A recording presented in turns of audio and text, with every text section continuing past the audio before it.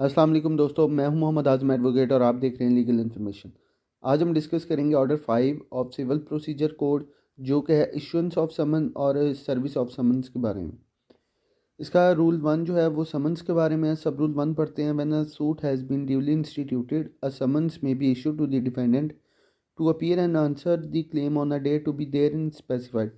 कि जब एक सूट जो है प्लेंट की शक्ल में अदालत में प्रेजेंट हो जाता है, दायर हो जाता है, और वो ड्यूली जो है वो इंस्टीट्यूट होता है, उसकी तमाम तर रिक्वायरमेंट्स पूरी कर दी जाती हैं, तो फिर जो है वो अदालत डिफेंडेंट की अपीयरेंस के लिए जो है समन वो जारी करती है। आगे प्रोवाइजो है, provided that no such summon shall be issued when the defendant has appeared at the presentation of the plaint and admitted the plaintiff's claim. कि जब जो है वो दावा एक दायर किया जाता है और उस प्लेंट को जो है वो प्रेजेंट किया जाता है, और उसी वक्त डिफेंडेंट खुद ब खुद नेक्स्ट डेट पे जब उसकी सुनवाई के लिए जो डेट फिक्स की जाती है, तो अगर तो डिफेंडेंट खुद ब खुद पेश हो जाता है, अदालत में अपीयर हो जाता है, और प्लेंटिफ का जो क्लेम है उसको वो एडमिट कर लेता है, वो अदालत को कहता है जी ये जो मेरे ख़िलाफ़ दावा दायर हुआ है, ये जो जो हमारा इसमें मुद्दई है, जो यहाँ पे प्लेंटिफ है, वो जो क्लेम कर रहा है वो बिल्कुल सही कर रहा है, तो फिर जो है अदालत उसको समन इशू नहीं करेगी। ये नहीं हो सकता कि अदालत कहेगी नहीं जी हम आपको समन इशू करेंगे उसके बाद आप हमें आके बताएं। ऐसा नहीं होगा। अगर वो आके एडमिट कर लेता है उसके क्लेम को, तो फिर अदालत जो है उसको आगे समन इशू नहीं करेगी। इसका सब रूल 2 है। वो क्या कहता है? अ defendant to whom a summon has been duly issued under sub rule 1 में अपीयर। कि जब जो है डिफेंडेंट को अदालत की तरफ से डिफेंडेंट के लिए समन्स इशू हो जाते हैं, फिर वो किस तरह पेश होगा? वो आगे इसका क्लॉज ए है, वो कहता है इन पर्सन। वो इन पर्सन भी पेश हो सकता है। और क्लॉज बी क्या कहती है? क्लॉज बी कहती है by a pleader duly instructed and able to answer all material questions relating to the suit. या तो वो इन पर्सन पेश होगा, या फिर वो प्लीडर के थ्रू जो है वो अपनी अपीयरेंस देगा। और प्लीडर वो उसको भेजना, उस ऐसे प्लीडर को वो भेजे कि जिसको उस सूट के बारे में, उस दावे के बारे में जो है वो प्रॉपर वो इंस्ट्रक्टेड हो, उसको पता हो, ताकि अदालत जो है अगर उससे कोई क्वेश्चनिंग करे तो फिर वो उसका आंसर दे सके।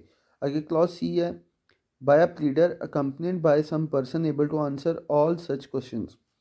या फिर प्लीडर के साथ किसी ऐसे बंदे को भेजेगा वो कि जो अदालत की क्वेश्चनिंग के आंसर वो दे सकता है। आगे सब रूल 3 है।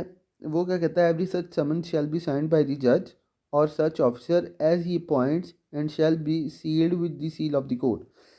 कि जब भी समन इशू होगा वो जज साहब के साइन होंगे उस पर, या फिर उस ऑफिसर के जो हैं वो साइन होंगे उस पर जिसको इस चीज़ के लिए अपॉइंट किया गया होगा समन्स के लिए। तो समन्स के ऊपर साइन होंगे, और कोर्ट की जो है वो मोहर लगी होगी, सील लगी होगी। मोर मोर जो है उसको जब्त किया गया होगा उस समन पे। आगे इसका रूल 2 है। वो क्या कहता है? कॉपी और statement next to the summon. Every summon shall be accompanied by a copy of the plaint और if so permitted by concise statement.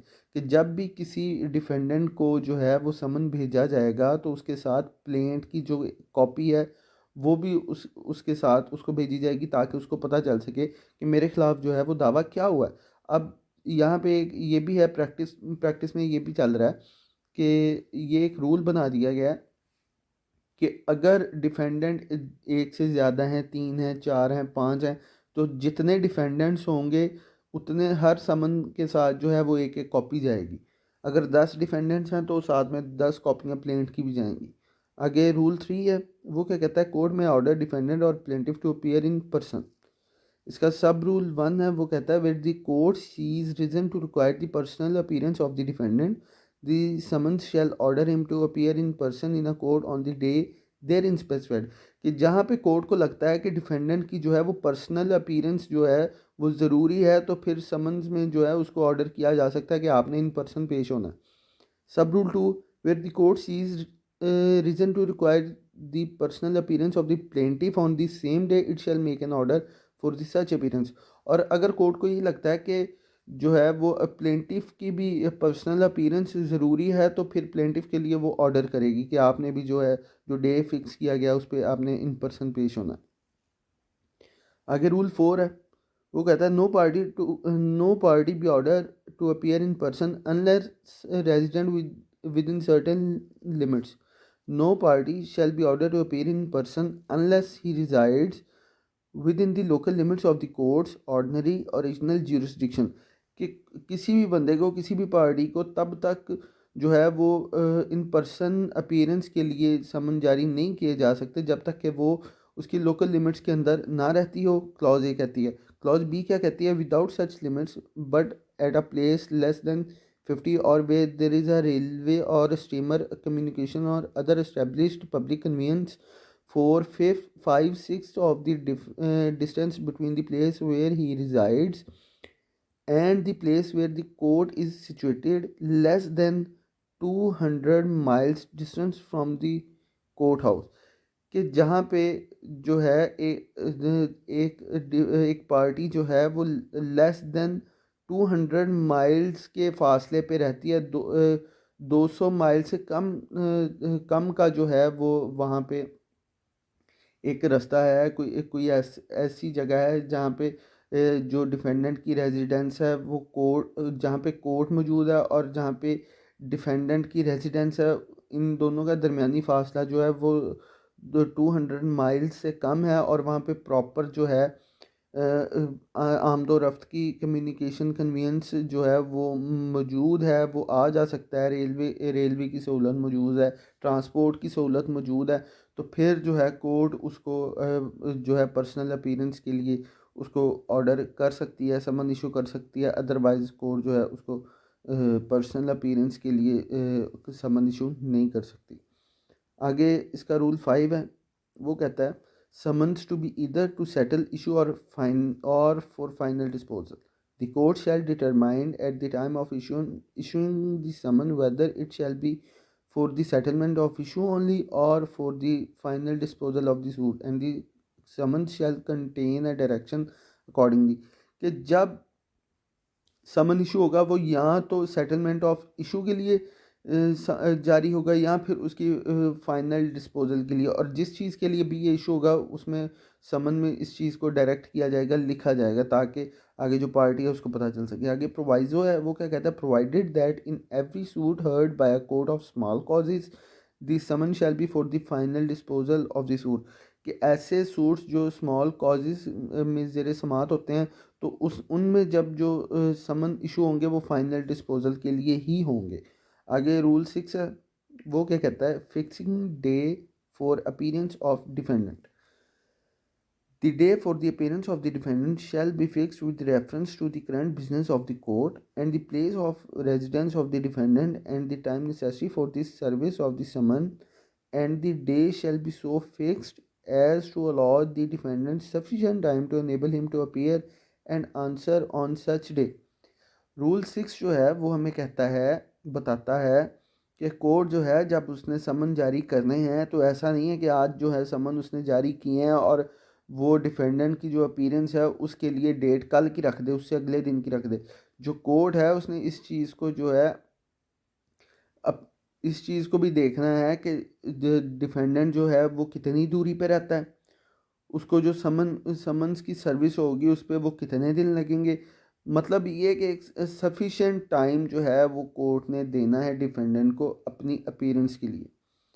आगे रूल 7 है, वो कहता है summons to order defendant to produce document relied on by him this summons to appear and answer shall order the defendant to produce all document in his possession or power upon which he intends to rely in support of his case।